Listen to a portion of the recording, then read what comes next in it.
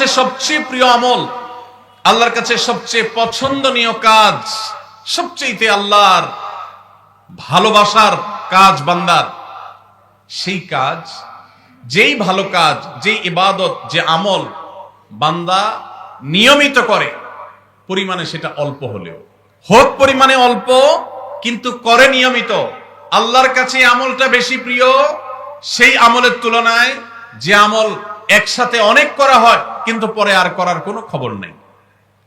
কেউ রমজানে কোরআনে কারীম 2 খতম দিয়েছেন, মাশাআল্লাহ, কেউ 3 খতম দিয়েছেন, কিন্তু রমজানের পরে কোরআনে কারীম 3 খতম, 2 খতম, 1 খতম দেয়া তো দূরের কথা, পরবর্তী রমজান পর্যন্ত আর কোরআনটা ছুঁয়ে দেখা হয় না, খুলে পড়া হয় না, তেলাওয়াত করা হয় না, 1 পৃষ্ঠা পড়ার সুযোগ হয় না।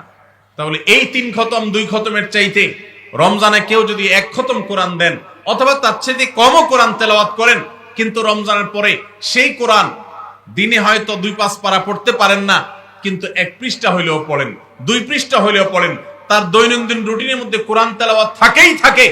আল্লাহর কাছে ওই 3 খতম দেওয়া কোরআন তেলাওয়াতকারীর চাইতে মাত্র 10 পারা কোরআন তেলাওয়াত করেছেন যিনি রমজানে, কিন্তু রমজানের পরেও সেটাকে ধরে রেখেছেন, পরিমাণে অল্প হলেও আল্লাহর কাছে এই দ্বিতীয় ব্যক্তি অনেক বেশি শ্রেয় এবং প্রিয়।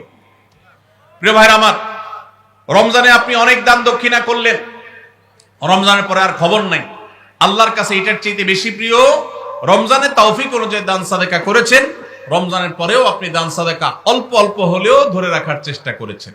আল্লাহ আমাদের সবাইকে রমজানে যে সমস্ত নেকামলগুলো আমরা করতে পেরেছি, রমজান শেষ হওয়ার সাথে সাথে সেগুলো বন্ধ না করে বরং সেই আমলের ধারাবাহিকতাকে আল্লাহ আমাদেরকে ধরে রাখার তৌফিক দান করে।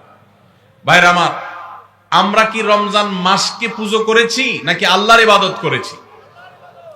ইবাদত কি আল্লাহকে করেছেন না রমজান মাসকে করেছেন? আল্লাহকে করেছেন। যদি রমজান মাসকে কেউ ইবাদত করে, রমজান মাসকে যদি কেউ পুজো করে, তাহলে তার এখন আর ইবাদত করার দরকার নাই, কারণ রমজান শেষ হয়ে গেছে। আর যদি কেউ ইবাদত করে আল্লাহকে, তাহলে যে আল্লাহ রমজানে ইবাদতের নির্দেশ দিয়েছেন, সে আল্লাহর নির্দেশ রমজানের পরেও ইবাদতের জন্য আছে না নাই? আল্লাহ বলেছেন, ওয়াবুদ রাব্বাকা হাত্তা ইয়াতিয়াকাল ইয়াকিন, তোমার রবের ইবাদত শুধু রমজানে নয়, রমজান ইবাদতের মৌসুম হিসাবে ইবাদত বেশি হতে পারে, কিন্তু রমজানের ইবাদতের ধারা মৃত্যু আসার আগ পর্যন্ত তোমাকে ধরে রাখতে হবে, তবেই আল্লাহর কাছে সাকসেস হওয়া যাবে, তবেই আল্লাহর কাছে সফল হওয়া যাবে, সার্থক হওয়া যাবে। আমাদের এই জীবন সাধনা, আমাদের তাকওয়ার সাধনা, আমাদের সিয়াম সাধনা, আমাদের রমজানের ইবাদত বন্দেগী আল্লাহর কাছে কবুল হবে। আল্লাহ আমাদের সবাইকে রমজানের আমলগুলোকে রমজানের পরেও পরিমাণে অল্প অল্প হলেও ধরে রাখার তৌফিক দান করুন। সবাই চেষ্টা করবো তো ইনশাআল্লাহ?